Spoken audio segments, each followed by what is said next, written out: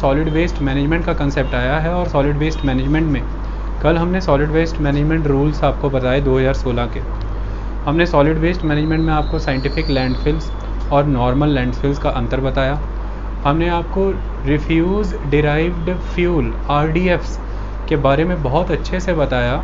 हमने आपको बताया कि वेस्ट टू एनर्जी का सिनेरियो इंडिया में इतना प्रॉब्लमेटिक क्यों है, क्यों वो इलेक्ट्रिसिटी भी उस लेवल पर यूटिलाइज़ नहीं हो रही, और क्यों जो हमारा RDF है रिफ्यूज़ डिराइव्ड फ्यूल उसकी एक्सेप्टेबिलिटी मार्केट में उस लेवल पे नहीं है उसके मॉइस्चर कंटेंट की वजह से, और क्यों वेस्ट टू एनर्जी प्लांट्स आज हमारे देश में, जिन्हें हम इंसिनरेशन प्लांट्स के तौर पर भी जानते हैं, ये क्यों आज एक बहुत बड़ा ह्यू एंड क्राई का रीज़न्स बने हैं अपने स्मोक की वजह से, ऐश कंटेंट की वजह से, अपनी फाउल स्मेल की वजह से, और फिर इनके द्वारा जो छोड़ा हुआ रेजिडुअल मटेरियल है जो कि बड़ी मात्रा में है उसके लैंडफिल हो जाने की वजह से। ये सारी चीज़ें, यानी कि हम जब सॉलिड वेस्ट मैनेजमेंट को पढ़ते हैं तो सॉलिड वेस्ट मैनेजमेंट की प्रोसेसिंग एंड ट्रीटमेंट ज़रूरी है। उसकी प्रोसेसिंग एंड ट्रीटमेंट में दो कंपोनेंट इंपॉर्टेंट हैं, एक वो है जो ड्राई वेस्ट है और एक वो है जो ऑर्गेनिक वेस्ट है। ड्राई वेस्ट जिसकी अगर हम बात करें, जिसमें paper, plastic, bottles, would, everything, इसको हम ट्रैश की कैटेगरी में रखते हैं। और इस ट्रैश के दो ही तरह के प्रोसेस और ट्रीटमेंट होते हैं, एक या तो हम इससे बिजली उत्पन्न करें, इलेक्ट्रिसिटी पावर डिराइव करें, और या फिर हम इसको फ्यूल में कन्वर्ट कर दें। हमने इलेक्ट्रिसिटी और बिजली वाला भी सारा सिनेरियो आपसे डिस्कस किया, बताया किस तरह की सब्सिडीज़ देनी पड़ रही हैं सरकार को, कैसे कैसे सपोर्ट करना पड़ रहा है, क्यों मार्केट में ये इलेक्ट्रिसिटी की एक्सेप्टेबिलिटी नहीं है डिस्ट्रीब्यूशन कंपनीज़ के बीच में। हमने रिफ्यूज़ डिराइव फ्यूल के रिलेटेड भी सारा कंसेप्ट आपसे डिस्कस किया कि वो कैसे बनता है, कैसे उसके क्यूब ब्लॉक्स बनाए जाते हैं, और कैसे सरकार के 2016 के नियमों में मैंडेटरी है कि 5% तक आपको वो फ्यूल यूज़ करना ही है अगर आप रिफ्यूज़ डिराइव्ड फ्यूल फैक्ट्री के 1600 किलोमीटर की लिमिट के अंदर आते हैं। हर तरह से हमने एक technique of the processing of the waste के ऊपर डिस्कस कर लिया जो ट्रैश को मैनेज करता है। आज हम जब आगे बढ़ रहे हैं तो हम बात कर रहे हैं वेस्ट के द्वारा सॉइल बर्बाद हो रही है। वेस्ट कई तरह के हमने पढ़े, उन वेस्ट में सबसे इम्पॉर्टेंट था एग्रोकेमिकल वेस्ट, इंडस्ट्रियल एफ्लुएंट्स, जिन इंडस्ट्रियल एफ्लुएंट्स में से बहुत सारे toxic products, aromatic substances and heavy metals आकर के ज़मीन में और पानी में घुल रहे हैं। ये सारे के सारे ऑर्गेनिक केमिकल्स जो खेतों में यूज़ हो रहे हैं, यानी कि ऑर्गेनोक्लोरीन्स, ऑर्गेनोफॉस्फोरस, ये बड़े पैमाने पर नुकसान पहुंचा रहे हैं, जैसे DDT है, BHC है, एल्ड्रिन है, डाई एल्ड्रिन है, ये सारे नुकसान कर रहे हैं। ठीक इसी तरह से हैवी मेटल्स जैसे कि लेड है, कैडमियम है, मरकुरी है, आर्सेनिक है, ये भी बड़े लेवल पर परेशान कर रहे हैं। और ये सारे परेशान करने के साथ साथ एक ख़ास टेंडेंसी रखते हैं, ये लंबे समय तक परसिस्ट करते हैं, तो इन्हें हम परसिस्टेंट केमिकल्स और परसिस्टेंट कंटेमिनेंट्स भी कहते हैं। इसके लिए मैं आपको इसके पहले एक इंटरनेशनल एग्रीमेंट भी पढ़ा चुका हूँ। उस इंटरनेशनल एग्रीमेंट के बारे में उम्मीद करता हूँ मैं कि आपको अच्छे से पता होगा और आपको याद होगा। कुल मिलाकर के इस तरह से लैंड का ट्रीटमेंट होना और वाटर के ट्रीटमेंट होने के लिए हमें कई तरह के नेचुरल प्रोसेसेस को यूज़ करने की ज़रूरत है आज की डेट में, जिसमें से एक प्रोसीजर है बायो रीमीडिएशन। आज हम बायो रीमीडिएशन के बारे में डिटेल में पढ़ेंगे, हर चीज़ आपको इसके बारे में समझा दी जाएगी। आज हम आपको in situ and ex situ bioremediation क्या होती है, इन सीटू के अंदर बायो वेंटिंग क्या होता है, बायो स्टिमुलेशन क्या होता है, बायो ऑगमेंटेशन क्या होता है, बायो स्पैर्जिंग क्या होता है बता देंगे। इसी तरह से एक्स सीटू के अंदर आपको लैंड फार्मिंग बता दिया जाएगा, कंपोस्टिंग बताया दिया जाएगा, बायो पाइल्स क्या होते हैं बता दिया जाएगा, और बायो रिएक्टर्स के बारे में बताया जाएगा। बायोजॉर्प्शन मेथोडोलॉजी क्या होती है ये भी मैं आपको बता दूंगा। इसकी एडवांटेजेस, डिसएडवांटेजेस, कंट्रोलिंग फैक्टर और प्रिंसिपल्स सब कुछ आपको करा दिए जाएंगे। नेक्स्ट लेक्चर में हम बायो माइनिंग के बारे में पढ़ेंगे। हमारी बायो रिमेडिएशन हो गई, बायो माइनिंग हो गई, और हमने रिफ्यूज़ डिराइव्ड फ्यूल्स के बारे में भी पढ़ लिया है। ये तीन इंपॉर्टेंट टर्मिनोलॉजी हैं जो वेस्ट मैनेजमेंट से कनेक्टेड हैं, उनके बारे में हमने पढ़ा है। दो तीन चीज़ें और हैं जिनके बारे में हम डिस्कस करेंगे। फिर हम डिफरेंट वेस्ट को भी टारगेट करेंगे, जो मैंने आपको समझाया था, प्लास्टिक वेस्ट, ई वेस्ट, हर वे में कोशिश की जाएगी कि उन वेस्ट को क्लब करके एक लेक्चर में डिलीवर किया जाए। इसी तरह से हम आगे बढ़ते हैं। हमारा आज का टॉपिक बायो रिमेडिएशन पर है। जब हम बायो रिमेडिएशन की बात करते हैं तो सबसे पहले ये वर्ड आता है रिमेडिएशन, मतलब रेमेडी। आपको किसी चीज़ की रेमेडी देना है, मतलब कोई सुधार करना है, कोई निजात देना है। आप जब बीमार हो जाते हैं, किसी अपनी दादी से नानी से पूछते हैं जुकाम हुआ है, तो वो आपको रेमेडियल मेजर्स बताती हैं, फिर रेमेडी बताती हैं। आप जो मेडिसिन लेते हैं वो एक तरह की रेमेडीज़ हैं। इसी तरह से अगर आज के लेक्चर के कॉन्टेक्स्ट में बात करें तो रेमेडी का मतलब यहाँ पर रीस्टोरेशन है। आपको किसी चीज़ को रीस्टोर करना है। रीस्टोरेशन किसे करना है? सॉइल का रीस्टोरेशन करना है और वाटर का रीस्टोरेशन करना है। Soil restoration is very important, और वो हम बायो रेमेडिएशन के प्रोसेस के पहुँचेंगे। सॉइल का रीस्टोरेशन किससे करना है? सॉइल और वाटर को किसी ने बड़े ज़बरदस्त वे में कंटेमिनेट कर दिया है। इस कंटेमिनेट से ही हमें सॉइल को रीस्टोर करना है, यानी कि हमें कंटेमिनेंट को ख़त्म करना है। कंटेमिनेंट कौन कौन है? कंटेमिनेंट कई तरह के हैं। अगर हम देखें तो सबसे पहले आपके केमिकल फर्टिलाइज़र्स, इंसेक्टिसाइड्स, पेस्टिसाइड्स, इनकी फॉर्म में कई तरह के कंटेमिनेंट्स आपको मिलते हैं, जिनको हम अलग अलग नामों से जानते हैं। मैंने आपको कराया भी हुआ है, करने की ज़रूरत नहीं है बार बार उनको समझने की। ओके। सेकंड, कई तरह के एरोमेटिक सब्सटेंसेस इंडस्ट्रियल एफ्लुएंट्स के फॉर्म में मिलते हैं। कई तरह के हैवी मेटल्स कंट्रीब्यूट होते हैं। पॉलीक्लोरिनेटेड बाइफेनाइल्स, PCBs,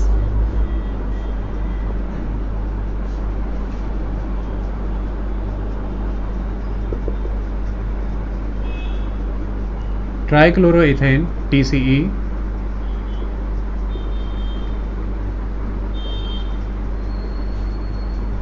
और फर्टिलाइज़र्स, इंसेक्टिसाइड, पेस्टिसाइड्स, ये सारे देखें।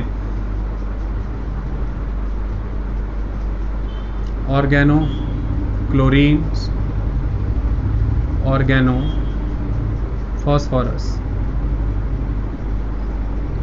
ये सारे आपकी भूमि में आ रहे हैं। सबसे इम्पोर्टेंट इनकी प्रॉब्लम क्या है? ये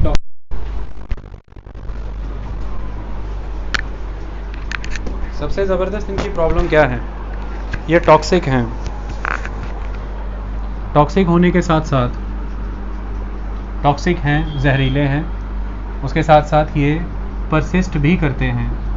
ये परसिस्टेंट हैं, और इनकी परसिस्ट करने की टेंडेंसी ही इन्हें एक्यूमुलेट कराती है, और एक्यूमुलेट होने की वजह से एक टाइम पर ये बहुत स्ट्रांगली परमिसिबल लिमिट्स को क्रॉस कर जाते हैं। और जब ये परमिसिबल लिमिट्स को क्रॉस कर जाते हैं तो एक स्ट्रॉन्ग कंटेमिनेंट के तौर पर जाने जाते हैं, क्योंकि अगर डायरेक्टली सॉइल में है या वाटर में भी है, दोनों में है किसी भी तरह से, तो ये सीधे सीधे वेजिटेटिव लाइफ को नुकसान पहुंचाते हैं।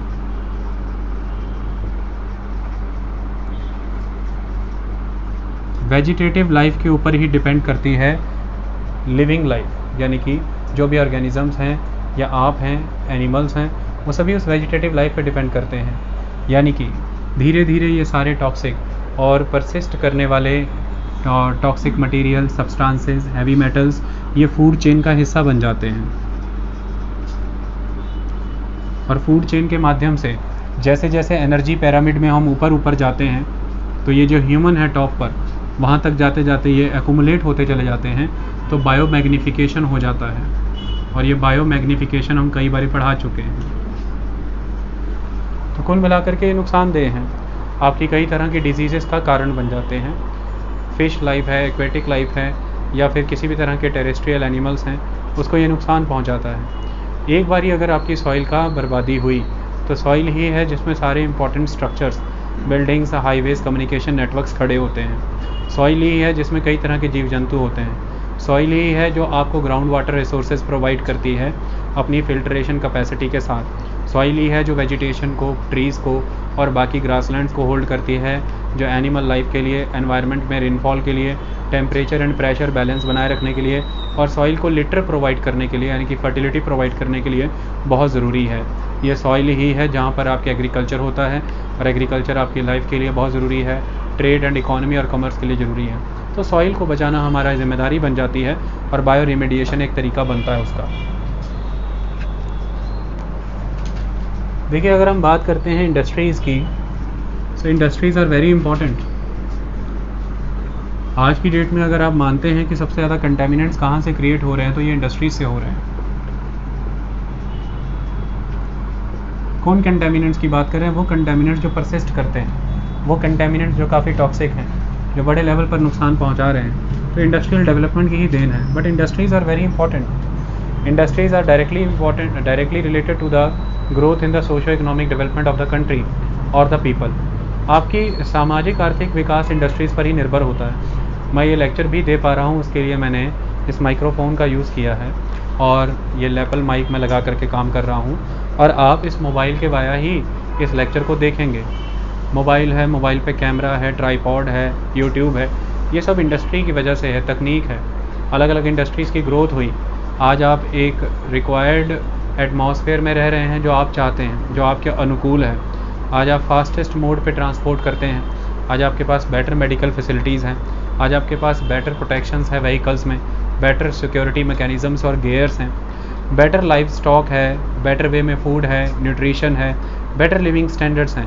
ये सब इंडस्ट्रियल ग्रोथ की वजह से ही हुआ। लेकिन मुद्दे की बात यह है कि इसी ग्रोथ के वजह से कुछ रिसोर्सेज हैं जो हमने कंटेमिनेट कर दिए हैं और जो परमानेंटली आने वाले समय में अनफिट रेंडर हो जाएंगे। ऐसे में हम इंडस्ट्रीज़ को सोशियो इकोनॉमिक फैक्टर के साथ जोड़ करके ही अगर देखें तो जहाँ सोशियो इकोनॉमिक ग्रोथ के लिए इंडस्ट्रीज़ का होना ज़रूरी है, वहीं सोशियो इकोनॉमिक ग्रोथ के पेरेनियल बने रहने के लिए, यानी कि सस्टेनेबल रहने के लिए भी हमें इन इंडस्ट्रीज़ को थोड़ा सा लॉजिकल सेंस में डील करना होगा, ताकि रिसोर्सेज इस तरह से कंटेमिनेट ना हो। तो for the purpose of industry ही हमें इंडस्ट्री के द्वारा क्रिएट किए जा रहे इफ्लुएंट को अच्छे वे में मैनेज करना है, उसका हैंडल करना है और डिस्पोजल करना है। तो सबसे इम्पॉर्टेंट, किसी भी तरह के इफ्लुएंट का, किसी भी तरह के कंटेमिनेंट का जनरेशन, ये बहुत ही ध्यान से किया जाए, इसकी मॉनिटरिंग प्रॉपर हो। सेकंड इम्पॉर्टेंट आस्पेक्ट, उसकी अमाउंट, वो कितनी क्वांटिटी में हो रहा है, वो किस क्वालिटी का है, ये सारे स्टैंडर्ड्स हमें मेंटेन करने हैं। उसकी मैनेजमेंट, उसकी प्रोसेसिंग और हैंडलिंग, और लास्ट स्टेप्स उसका डिस्पोजल, ये सारी चीज़ों को देखना बहुत ज़रूरी है। ऐसे में आज तेज़ी से water resources, soil resources, reverse हमारी कंटेमिनेट हो रही हैं। ऐसे में हमारे लिए डिफरेंट कंट्रीज़ की सोशो इकोनॉमिक लेवल को देखते हुए, फार्मर की स्पेंडिंग पावर को देखते हुए, उन कंट्रीज़ के पेटेंटिंग लॉज को देखते हुए, उन कंट्रीज़ के किस लेवल की एक्सपेंडिचर कैपेसिटी है कि वो कितनी टेक्निक खुद क्रिएट कर सकते हैं, रिसर्च एंड डेवलपमेंट का लेवल क्या है, हमें उन प्रोसेसेस को जन्म देना है जो नेचुरल हैं, जो एनवायरनमेंट को नुकसान नहीं पहुंचाते, जिसकी वजह से कोई सिक्योरिटी थ्रेट नहीं है लेबर के ऊपर, वर्कर को कोई नुकसान नहीं होता है। इसकी वजह से बायो रिमेडिएशन को हम प्रेफर करते हैं। हमारे पास और भी मेथड्स हैं जिनको हम अब तक यूज़ कर रहे हैं, जिन्हें कन्वेंशनल मेथड कहा जाता है। अगर आप बात करें तो इंसिनरेशन एक प्रोसेस है, जो मैंने कल आपको पढ़ाया वो इंसिनरेशन ही था।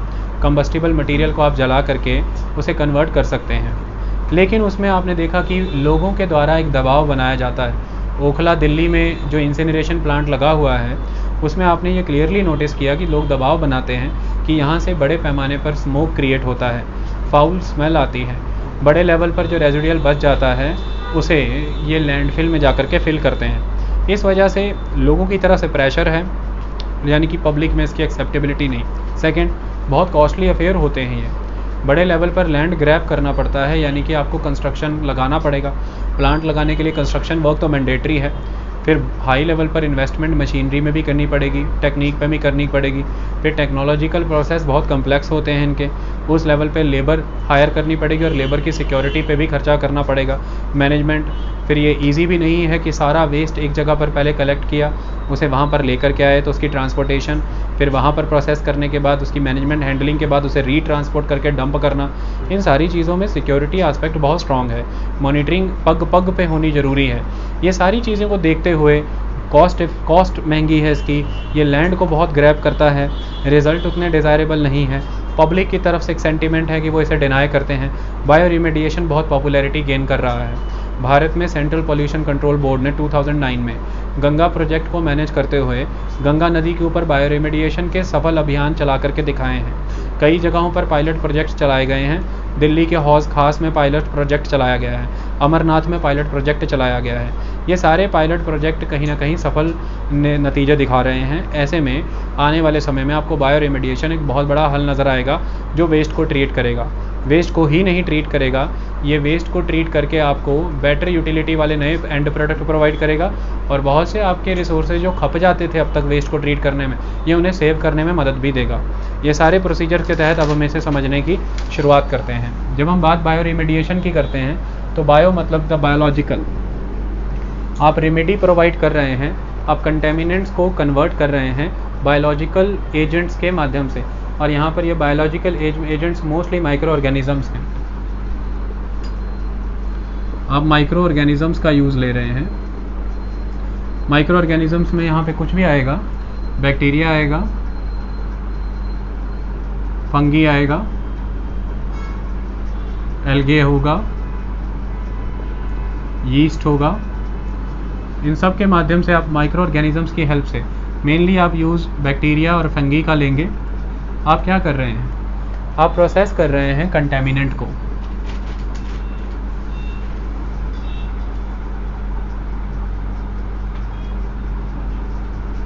कंटेमिनेंट की प्रोसेसिंग हो रही है, और ये प्रोसेसिंग क्या हो रही है, जितना भी ऑर्गेनिक मटेरियल है ये बायोलॉजिकल फॉर्म्स यानी कि ये माइक्रो ऑर्गेनिजम्स उस ऑर्गेनिक मटेरियल को कंज्यूम करेंगे, और कंज्यूम करने के बाद जो मेटाबॉलिक एक्टिविटी होगी इनकी बॉडी में,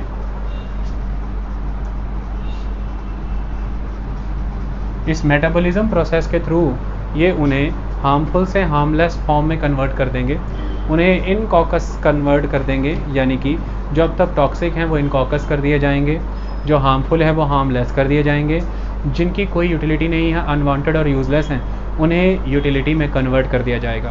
तो बायोलॉजिकल लाइफ फॉर्म्स का यूज़ करके, यानी कि माइक्रो ऑर्गेनिजम्स का इस्तेमाल करके, बायोकेमिकल प्रोसेसेस को इस्तेमाल करते हुए, यानी कि मेटाबॉलिक एक्टिविटीज़ का यूज़ करते हुए, आप हार्मफुल कंटेमिनेंट्स जिनके अंदर ऑयल्स आते हैं, लुब्रिकेंट्स आते हैं, ऑर्गेनिक मटेरियल्स जितने भी मैंने ऑर्गेनिक DDT, BHCs और ये फर्टिलाइज़र्स बताए ये आते हैं, एरोमेटिक सब्सटेंसेस आते हैं और हैवी मेटल्स आते हैं। कुछ लेवल पे हैवी मेटल नहीं हो पाते लेकिन कई लेवल पे आते हैं। इनको आप टॉक्सिक से इनकॉकस में कन्वर्ट करते हैं, अनस्टेबल से स्टेबल करते हैं, हार्मफुल से हार्मलेस में कन्वर्ट करते हैं, अनप्रोडक्टिव से प्रोडक्टिव में कन्वर्ट करते हैं। यही है बायो रिमीडिएशन प्रोसेसेस। इसके अलग अलग तरीके हैं। ऐसा नहीं है कि ये बहुत ही नया सिस्टम है और पहली बार यूज़ हो रहा है। लंबे समय से आप पौधों का इस्तेमाल करते रहे हैं इन सारे प्रोसीजर्स के लिए, तो प्लांट इसमें कंट्रीब्यूशन करते रहे हैं। किस तरह से प्लांट कंट्रीब्यूशन करते रहे हैं? देखिए, प्लांट्स का एक नेचर होता है कि प्लांट्स को अपनी रूट्स के माध्यम से प्लांट्स को न्यूट्रिएंट्स चाहिए। ये इंपॉर्टेंट एस्पेक्ट है। जब प्लांट्स अपने लिए न्यूट्रिएंट्स डिराइव करता है, तो न्यूट्रिएंट्स क्या है? अगर हम प्लांट के न्यूट्रिएंट्स की बात करें तो न्यूट्रिएंट्स एक तरह से मिनरल्स हैं। माइक्रो न्यूट्रिएंट्स होते हैं, मैक्रो न्यूट्रिएंट्स होते हैं, डिफरेंट कैटेगरीज में हम इनको काउंट करते हैं। माइक्रो न्यूट्रिएंट्स की बात करें तो माइक्रो मेटल्स की बात कर देते हैं, तो हैवी मेटल्स आते हैं, फिर बिग मॉलिक्यूल्स आ जाते हैं।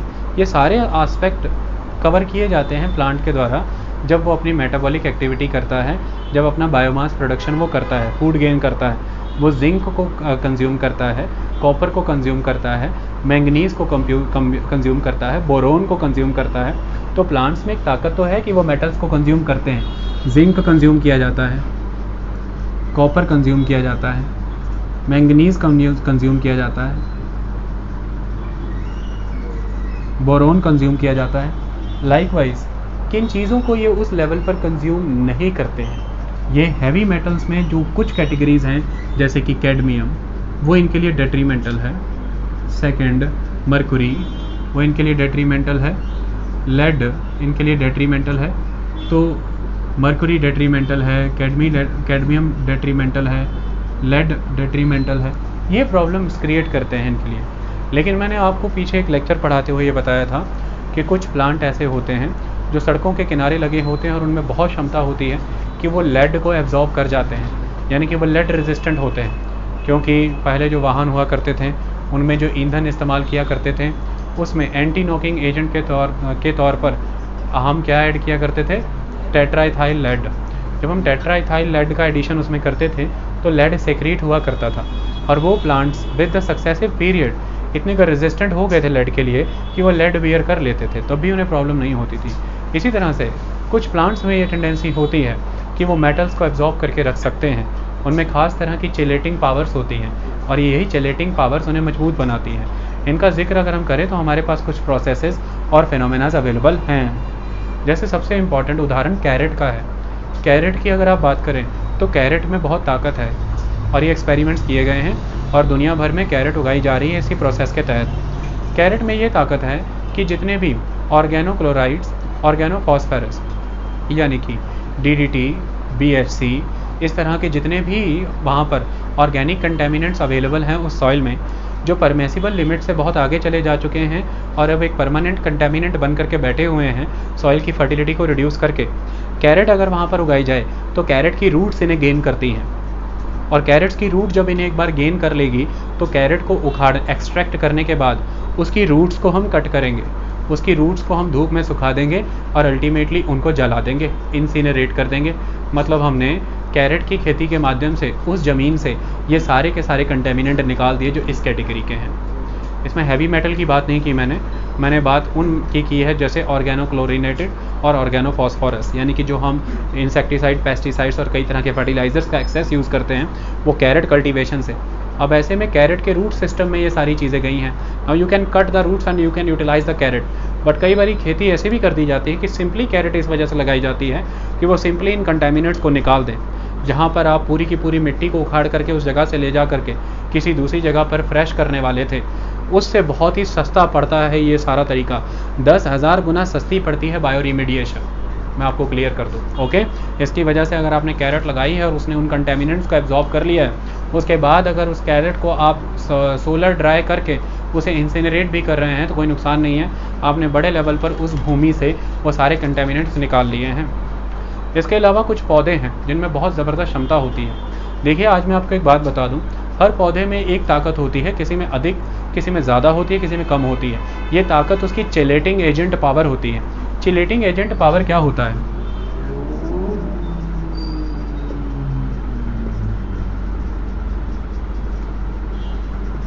चिलेशन क्या होता है? ये ह्यूमन बॉडी में भी कराया जाता है। हैवी मेटल्स को बॉडी से निकालने के लिए हम चिलेशन करते हैं। अगर आपको मैंने इतने हैवी मेटल्स पढ़ाए उनमें मैंने आपको बार बार बताया था कि हैवी मेटल से सोल्यूशन एक चिलेशन है, बट कई बार हम इसको सक्सेसफुल इसलिए नहीं मानते क्योंकि ये एक जगह पे कंसंट्रेट होने की बजाय मेटल को रीडिस्ट्रीब्यूट करता है। इसकी वजह से हो सकता है कि मेटल बहुत बड़े बॉडी के बहुत सारे डिफरेंट ऑर्गन्स और एरिया को प्रभावित कर दें, वहाँ पर एकोमुलेट होकर के। मुद्दे की बात है चिलेशन क्या है, चिलेट क्या होता है? चिलेट हो रहा है उखाड़ना, निकालना, एक्सट्रैक्ट करना। चिलेट का मतलब है उखाड़ना, निकालना, एक्सट्रैक्ट करना, और ये प्रोसेस है चिलेशन। क्या होता है? देखिए, अगर हम पौधों की बात करें तो पौधे एक प्रैक्टिस एग्जीक्यूट करते हैं। वो प्रैक्टिस क्या है?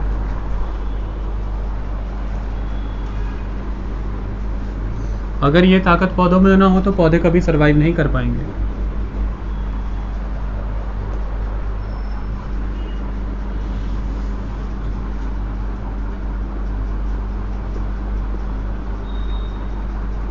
ये जितने भी माइक्रो न्यूट्रिएंट मेटल्स हैं, जितने भी माइक्रो मेटल्स पौधों में एग्जिस्ट करते हैं, इन माइक्रो मेटल्स की बॉन्डिंग करवाने का काम करते हैं पौधे। किनके साथ? मैक्रो मॉलिक्यूल्स के साथ, बिग मॉलिक्यूल्स के साथ। वो मॉलिक्यूल्स क्या हैं? For example amino acids.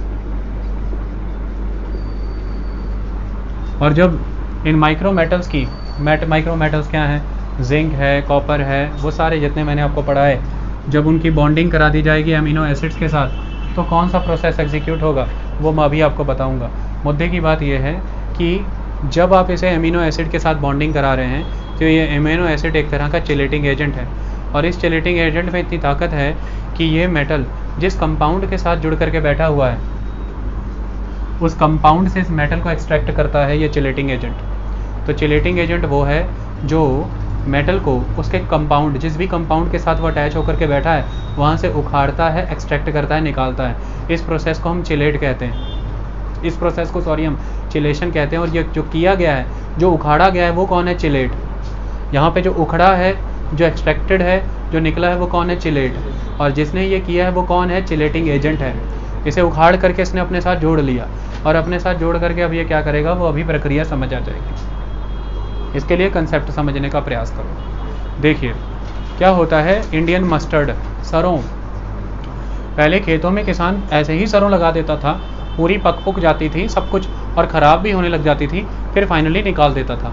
पूरी तरह से उपयोग नहीं करता था क्योंकि वो उससे चिलेटिंग प्रोसेस ले रहा होता था। सॉइल में जितने भी हैवी मेटल्स आ चुके हैं उन्हें निकलवाने का काम हुआ करता था। ये इंडियन मस्टर्ड और बीन्स में, ये दोनों में ये ताकत होती है। और ये कैसे काम होता है आज वो समझाते हैं। जब भी वर्ड फाइटो आ जाएगा मतलब बात प्लांट्स की हो रही है। फाइटो माने तो बात प्लांट्स की हो रही है, तो इन्हें हम कहते हैं फाइटोचिलेटिंग एजेंट्स।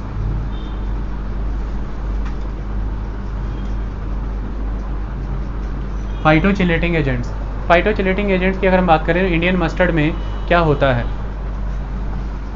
पॉलीपेप्टाइड्स बनते हैं। पॉलीपेप्टाइड्स क्या हैं? ये एक तरह के एंजाइम्स हैं। एंजाइम्स क्या होते हैं? अभी आने वाले दिनों में बायोलॉजी पढ़ेंगे, समझ आ जाएंगे। एंजाइम कुछ भी नहीं है, एक खास तरह का केमिकल फॉर्मुलेशन है जो खास तरह के वर्क को एग्जीक्यूट करेगा। तो एक तरह का ये एक कम्प्लेक्स वर्जन ऑफ प्रोटीन ही है। Enzyme is a complex version of protein. It is a specially designed chemical formulation which is executed for some particular desirable result. That is the important aspect. Okay? इस तरह से हमारी body में enzymes होते हैं, और DNA proteins भी इसी तरह के खास तरह के केमिकल फार्मूलाज ही हैं जो स्पेसिफिक वर्क करते हैं आगे जा कर के, और उसी तरह से फिर आपकी बॉडी में डिफरेंट ऑर्गन्स और अदर इंफॉर्मेशंस आती हैं। तो पॉलीपेप्टाइड्स एक तरह के एंजाइम्स हैं। ये किससे बने पॉलीपेप्टाइड्स? मैंने अभी बताए थे वहाँ पे, कौन? Big molecules. ये किससे बने हैं? Amino acids, glutamates, glycines. Amino acid, glutamate and glycine के कॉम्बिनेशन से पॉलीपेप्टाइड्स बन गए हैं। और ये पॉलीपेप्टाइड्स एक तरह के फाइटोचिलेटिंग एजेंट हैं। और ये पॉलीपेप्टाइड्स अब क्या करेंगे? उन हैवी मेटल्स को कैप्चर करके उन्हें कवर कर लेंगे, और जो प्लांट है, प्लांट में जो वैक्यूल्स हैं, प्लांट वैक्यूल्स में उन्हें ट्रैप करके रख लेंगे। यानी कि ये चिलेटिंग एजेंट्स एक तरह के पैकेट्स हैं, पौधे के अंदर एक तरह के पैकेट्स हैं जो पौधे में खास तरह के चैम्बर क्रिएट कर देते हैं। आप इसको ऐसे इमेजिन करो, जिस चैम्बर में चुप करके वो हैवी मेटल पड़ा रहेगा, और हैवी मेटल लंबे समय तक पौधा अपने अंदर धारण करके रख सकता है, कोई दिक्कत की बात नहीं, और पौधे की बाकी एक्टिविटी नॉर्मली चलती रह जाएंगी। इस वजह से उस हैवी मेटल ने जो ऑब्स्ट्रक्शन क्रिएट कर रहा था पौधे के न्यूट्रिशन लेने में, उस ऑब्स्ट्रक्शन को पौधे ने ब्रेक कर दिया। उस कंपाउंड में से, जो कंपाउंड शायद पौधे के लिए बहुत सारी यूटिलिटी रखता था, उसमें से इस हैवी मेटल को चिलेट को तोड़ करके निकाल करके चिलेटिंग एजेंट ने अब इसके अराउंड एक पैकेजिंग मटेरियल बना करके वैक्यूल्स के अंदर इसे सील कर दिया, खास तरह का चैम्बर बना के, हाउसिंग फैसिलिटी प्रोवाइड करके, और बाकी का सारा मटेरियल जो कंपाउंड के वर्जन में बचा, जो भी यूटिलिटी डाला था, वो सारा कंज्यूम करके एज ए न्यूट्रिशन यूज़ किया और अपनी ग्रोथ की। इस तरह से ये चिलेटिंग एजेंट्स काम करते हैं, जिनका नाम है पर्टिकुलरली पॉलीपेप्टाइड। इंडियन मस्टर्ड में ये काम करता है, और काम स्पेसिफिकली किस पे करता है? कैडमियम पे। Indian mustard is famous for the cadmium absorption.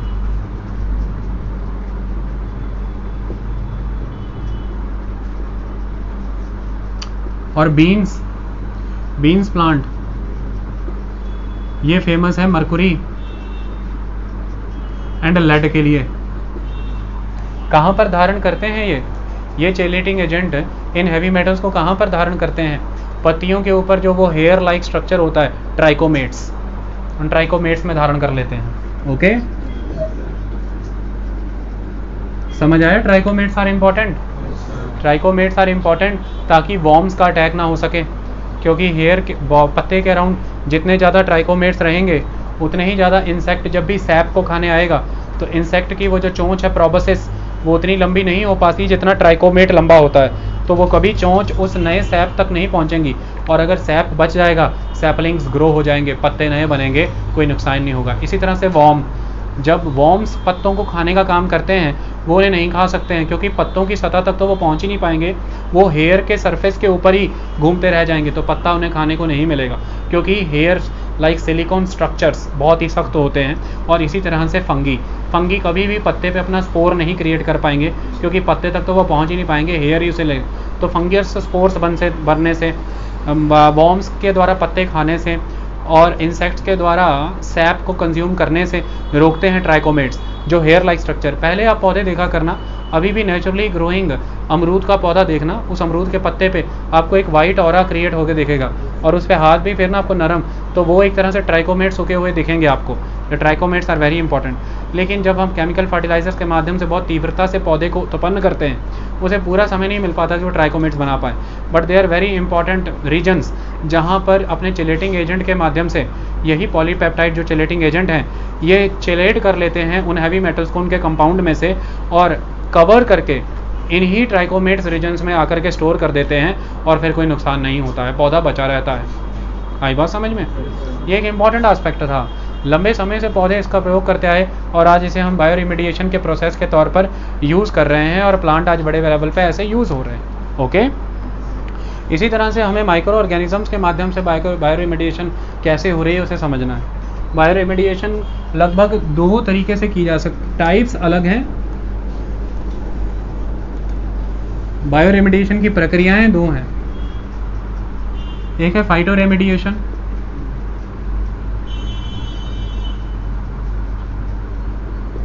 Phyto remediation में प्लांट्स का यूज होता है, और दूसरा राइजो रेमिडिएशन। राइजोबियम नाम सुन के ही पता लग गया, राइजो बैक्टीरिया की बात हो रही है। राइजो रेमिडिएशन तो ये किसके द्वारा? Plant and bacteria interaction, plant and bacteria interaction के माध्यम से हो रही है। प्लांट की एब्जॉर्प्शन कैपेसिटी को बैक्टीरिया यहाँ पर बढ़ा देंगे, ये इंपॉर्टेंट है। तो राइजो रेमिडिएशन होती है, फाइटो रेमिडिएशन होती है। इस रेमिडिएशन में रीमीडिएटर कौन है? रीमीडिएटर वही है जो मैंने बताए थे, बैक्टीरिया, फंगी और एल्गी, ये सारे रीमीडिएटर्स के तौर पर काम करेंगे। अब इस प्रक्रिया को हम समझने का काम करते हैं, अंडरस्टैंड करते हैं, देखते हैं कि ये सारा प्रोसेस कैसे काम करता है, फ्लो में अंडरस्टैंड करते हैं। उसको समझने के लिए आपको कुछ चीज़ें समझनी होंगी। देखिए, अगर हम बैक्टीरिया की बात करें, बैक्टीरिया एक ऐसा जीव है जो किसी भी परिस्थिति में सर्वाइव कर सकता है। मतलब बैक्टीरिया सब जीरो टेम्परेचर में एग्जिस्ट कर सकता है, बैक्टीरिया अल्टीमेट हीट में एग्जिस्ट कर सकता है, बैक्टीरिया एनर्मस ड्राई कंडीशन में डेजर्ट्स में एग्जिस्ट कर सकता है, और bacteria high level wet conditions में यानी कि वेजिटेटिव रीजन में एग्जिस्ट कर सकता है। बैक्टीरिया वेट कंडीशंस यानी कि लेक्स, पॉन्ड्स, वेटलैंड्स, हर जगह पर एग्जिस्ट कर सकता है। बैक्टीरिया आइस में एग्जिस्ट कर सकता है, हर जगह पर bacteria you can see. Bacteria हवा में एग्जिस्ट कर सकता है, बैक्टीरिया सॉइल में, बैक्टीरिया एयर में और एयरलेस चैम्बर्स में भी एग्जिस्ट कर सकता है, एरोबिक एनारोबिक कंडीशन में भी एग्जिस्ट कर सकता है। तो धरा पर, जल पर, वायु पर, सूखे पे, जंगल पर, सब जीरो टेम्परेचर पर, अल्टीमेट हाई टेम्परेचर पर, हर जगह पर बैक्टीरिया एग्जिस्ट कर सकता है। यही बैक्टीरिया की वेरिएशंस और बैक्टीरिया की खासियत। यही कारण है कि जब से पृथ्वी बनी है तब से अब तक एक चीज़ कॉमन है, बैक्टीरिया। तब से लेकर के अब तक अगर चलें तो बैक्टीरिया है। आई बात समझ में? और बैक्टीरिया ही हैं जिन्होंने पहली बार ऑक्सीजन बनाया है, ये बात हमेशा याद रखना। ओके, बैक्टीरिया नहीं ऑक्सीजन का सृजन किया है, साइनो बैक्टीरियाज कहते हैं उन्हें, उन्हीं साइनो बैक्टीरियाज ने ऑक्सीजन बनाया है। जब हम बैक्टीरियाज की बात करते हैं तो मुद्दे की बात यहाँ पर क्या आ जाती है? ये बात बिल्कुल ठीक है कि बैक्टीरिया बहुत ही variable temperature and environmental zones में मिलते हैं, लेकिन मुद्दे की बात यह है कि बैक्टीरिया की हैबिटेशन और जोनिंग कुछ पर्टिकुलर रीजन्स में ही होती है। ये नहीं है कि बैक्टीरिया आपको पूरे के पूरे एनर्मस अमाउंट में हर की जगह पे मिल जाएंगे। इनका जोनेशन रीजन, इनका हैबिटेशन कुछ पर्टिकुलर एरियाज होते हैं। हाँ, ये हैबिटेबल बनाए जा सकते हैं कि ये कहीं पर भी रहेंगे, हैबिटेबल। इसलिए फ्रिज के अंदर रखा हुआ सामान ख़राब नहीं होता। आम ला करके, मैंगो ला करके आपने फ्रिज में रखा, बिल्कुल ठीक है, क्योंकि बैक्टीरिया सोया पड़ा है। लेकिन जैसे ही आपने उसे बाहर निकाला है, थोड़ी देर में पिलपिला गया, क्योंकि बैक्टीरियल तापमान मिलते ही पूरी तरह से एक्टिव हो गया। इसी तरह से ठीक है, बैक्टीरिया हर क्लाइमेट कंडीशन में रह सकता है, लेकिन बैक्टीरिया का एक्टिविटी रीजन पर्टिकुलर होता है।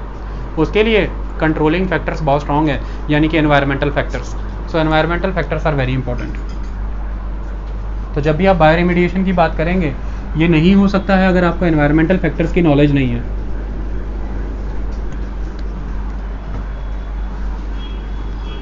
तो सबसे पहले टॉपिक अपना ये है controlling factors, controlling factors of bio remediation. The first one is environment. Environment की बात करें, सबसे पहले टेम्परेचर है।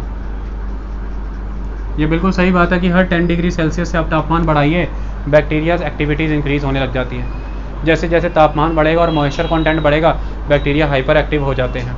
यही कारण है कि इक्वेटोरियल रीजन पे वेजिटेटिव ग्रोथ इतनी स्ट्रॉन्ग है। यही कारण है कि इक्वेटोरियल रीजन में बायोडाइवर्सिटी इतना स्ट्रॉन्ग है। यही कारण है कि bacterial actions are very fast over there. मुद्दे की बात क्या है? टेम्परेचर भी, high heat and high humidity bacteria के लिए बेस्ट लिविंग कंडीशन। जैसे ही आपने हाई हीट दी, 10 डिग्री सेल्सियस के साथ आप तापमान बढ़ाइए, एक्टिविटी बढ़ा लेगा। जितनी ज़्यादा एक्टिविटी बढ़ेगा, यानी कि जितनी ज़्यादा रेस्पिरेटरी वर्क करेगा, उतना ही ज़्यादा इसको फूड चाहिए for the purpose of metabolism. और जितना ज़्यादा फूड खाएगा उतनी एनर्जी का सृजन होगा, उतनी ही ज़्यादा प्रजनन क्रिया करेगा, रिप्रोडक्शन करेगा, उतने ही ज़्यादा नए बैक्टीरियाज बनने शुरू हो जाएंगे। मुद्दे की बात यह है कि सेल डिवीजन बहुत तेज़ी से होने शुरू हो जाते हैं और इसके तहत बड़ी तेज़ी से आपको न्यू नंबर ऑफ बैक्टीरिया मिलने शुरू हो जाते हैं। तो बैक्टीरिया ग्रोथ मल्टीप्लाई बहुत फास्ट होने लग जाती है। ये क्यों हो पाता है? टेम्परेचर रेज हो रहे हैं। लेकिन हर चीज़ की एक लिमिट है। टेम्परेचर इतना भी ना बढ़ाते जाइए कि सेल सड़ने शुरू हो जाए। अगर एक बार सेल जलने शुरू हो गए तो फिर बैक्टीरिया मरने भी लग जाएंगे। तो ये एक रेगुलेटेड एटमॉस्फेयर में, इसको कहते हैं manipulation of the environmental condition. तो this is the manipulation of the environmental condition. आपको एनवायरमेंटल कंडीशन को मैनिपुलेट करने की वो कारीगरी आनी चाहिए कि किस लेवल पर आप बैक्टीरिया से बेस्ट वर्क ले सकते हैं। इसके लिए you need ultimate experience and expertise. Yes, there is no technology involvement, but experience is must. आप हर कोई नहीं कर सकता ये। ओके, ये पहला aspect. Likewise the pressure condition is required. Pressure is very much required to create the temperature. अगर प्रेशर बना हुआ है तो टेम्परेचर भी बना रहेगा। टेम्परेचर का लॉन्ग टर्म में एग्जिस्ट करना प्रेशर का ही कारण होता है। और प्रेशर इंपॉर्टेंट है कई तरह के अदर कंडीशन, सेल एक्टिविटीज़ को डिसाइड करने के लिए, वाटर की मोबिलिटी को डिसाइड करने के लिए, एयर मोबिलिटी को डिसाइड करने के लिए, एरोबिक एंड एनारोबिक कंडीशंस को डिसाइड करने के लिए, ये सारी चीज़ों के लिए pressure is very much important. तो प्रेशर का होना बहुत ज़रूरी है। Soil pH level. PH level आप सब जानते हैं कितना ज़रूरी है पौधों के लिए। अगर पीएच लेवल बिगड़ता है तो पौधे, हम सब ने पढ़ा था, लगभग 5.5-6 से लेकर के 7-7.5 तक आपको एग्रीकल्चर और वेजिटेटिव ग्रोथ नज़र आती है। Because pH of the soil, acidity and alkalinity, 0 to 7 acidity, 7 to 14 alkalinity, 7 is the neutral. तो अगर बहुत ज़्यादा एसिडिक है तो भी प्रॉब्लम है, बहुत ज़्यादा अल्कलाइन है तो भी प्रॉब्लम है। अगर एसिडिक है तो हमें लाइम ट्रीटमेंट देना होगा, अगर अल्कलाइन है तो हमें जिप्सम ट्रीटमेंट देना होगा। इस तरह के ट्रीटमेंट दे करके हम उसे बैलेंस पीएच के लेवल पर लेकर के आते हैं। तो सॉइल का बेसिसिटी और एसिडिटी दोनों इंपॉर्टेंट ही निर्धारित करेंगे कि बैक्टीरियल एक्टिविटी होगी कि नहीं होगी, तभी बायो रिमेडिएशन हो पाएगा। Now moisture is very much important, because without moisture there will be no mobilization of the nutrients. How can you mobilize the nutrient? In the soil we need moisture for the mobilization, for the mobility of the nutrients by the roots. We need a transporting agent, and water is a very good transporting agent. That moisture is very much required. Likewise in the bacteria you need a moisture condition. Okay, so moisture should be there. तो moisture होना बहुत ज़रूरी है। आई बात समझ में? तो moisture है, pH है, टेम्परेचर है, प्रेशर है, मैंने सनलाइट वगैरह सब प्रॉपर ये रहना चाहिए। इन चीज़ों का आपको ख्याल रखना है। तो एनवायरमेंटल फैक्टर पहला। नेक्स्ट फैक्टर, जीव को क्या चाहिए जीवित रहने के लिए? आपको क्या चाहिए जीवित रहने के लिए? आपको जीवित रहने के लिए चाहिए पोषण। पोषण को क्या कहा जाता है? पोषक तत्व। और पोषक तत्व क्या है इंग्लिश में? न्यूट्रिएंट्स। न्यूट्रिशन चाहिए ना आपको, तो न्यूट्रिएंट्स इनको चाहिए बड़े लेवल पर। इनके न्यूट्रिएंट्स क्या होंगे? सेल जो रहता है इनकी बॉडी में, सेल जिससे टिश्यू जिससे बॉडी बनती है, और सेल, बैक्टीरिया अपने आप में एक सेल है। तो कुल मिलाकर के अगर हम इस बैक्टीरिया की बात करें तो सेल में क्या क्या होता है? सेल में कार्बन होता है, सेल में नाइट्रोजन होता है, सेल में फास्फोरस होता है। लेकिन अगर आप इनके कॉम्पोजिशन की बात करें तो 95% का कार्बन होता है। तो बैक्टीरिया को मेनली क्या चाहिए? कार्बन चाहिए। तो आपको न्यूट्रिशन में अबंडेंटली कार्बन सप्लाई रखनी पड़ेगी। तो you need to provide the nutrients like the carbon, you need to provide the oxygen. क्योंकि why do we need oxygen? If you want to decompose something you need energy because you want to burn your food. आप कर क्या रहे हैं actually में? आप decomposition क्या है? केमिकली और फिजिकली स्ट्रक्चरली किसी चीज़ को पूरी तरह से बदल देना। केमिकल, फिजिकल और स्ट्रक्चरली किसी चीज़ को बदल देना। उसके लिए आपने उस चीज़ को कंज्यूम किया है। कंज्यूम करने के बाद अगर आपके अंदर अग्नि ही नहीं जली, जैसे मनुष्य के पेट में जठर अग्नि जलती है, वो अग्नि जलाने के लिए आपको ऑक्सीजन की रिक्वायरमेंट है। तो फिर वो चीज़ जब कंज्यूम ही नहीं होगी तो आप नया कंज्यूम किधर से करोगे? नया स्वेल किधर से करोगे? तो for swallow is something different, digestion and metabolism is totally different aspect. Okay, आप स्वेलोइंग तो कर सकते हैं, लेकिन डाइजेशन के लिए you need oxygen.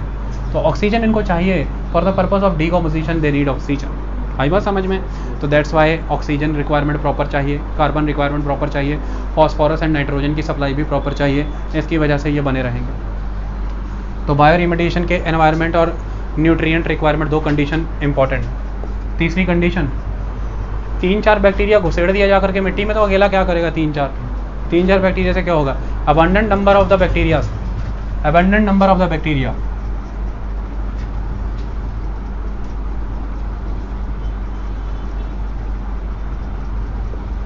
Abundant number of bacteria वहाँ पर होना चाहिए, तभी वो उस लेवल पर कोई ऑयल स्पिल हो रखा है, किसी तरह का हैवी मेटल कंटेमिनेशन हो रखा है, ऑर्गेनिक कंटेमिनेशन हो रखा है, एरोमेटिक सब्सटेंसेज हैं, कुछ भी हैं, उनको तभी जा करके वो ख़त्म कर सकते हैं, अदरवाइज़ नहीं।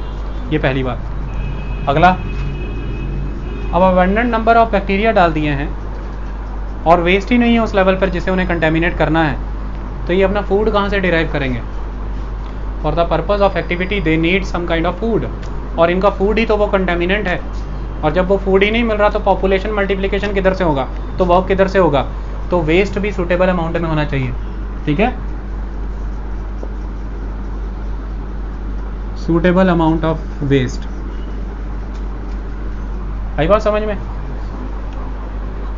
अब कुल मिलाकर के अबंडेंट अमाउंट ऑफ बैक्टीरिया है, सूटेबल अमाउंट ऑफ वेस्ट भी है अतुल, लेकिन मुद्दे की बात है कि बैक्टीरिया बड़े सुस्त मुर्गे हैं, लेक्चर शुरू होते ही सोने लग जाते हैं, उधर से वेस्ट आता है, ये सोने लग जाते हैं बैक्टीरिया। ऐसे में क्या करना है उन बैक्टीरिया को? एक्टिविटी। तो activity of the bacteria is important, उसके लिए ऑगमेंटेशन करना होता है। Okay, so to it is very much required to make them active, और that is hyper active. Okay,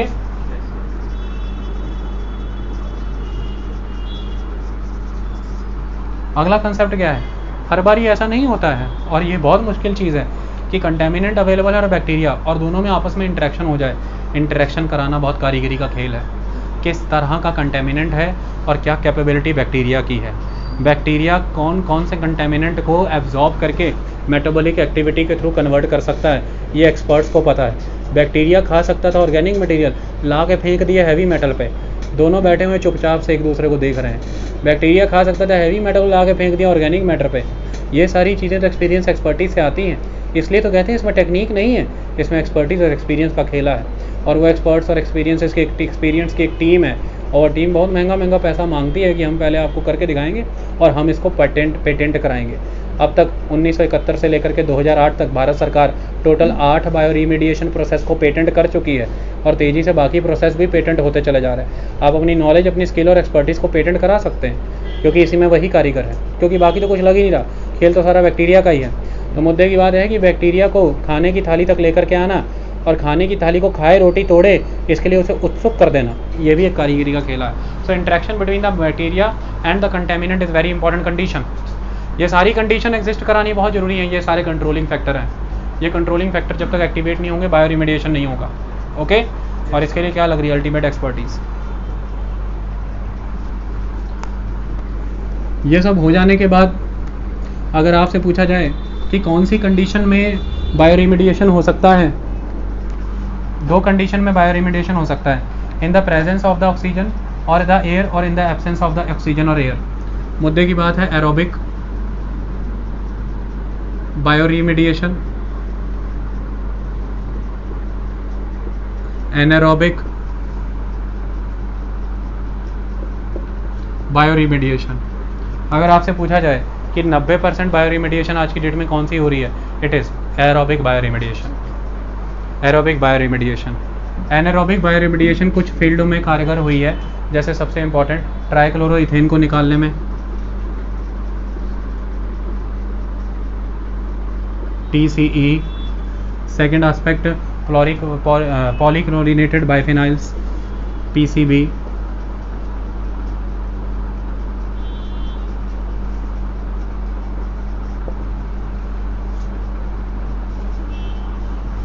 PCBs and TCEs के मामले में एनारोबिक रिमेडिएशन बहुत इंपॉर्टेंट साबित हुई है, लेकिन अभी यह प्रक्रियाएं उस लेवल पर रिजल्ट नहीं गेन कर पा रही हैं।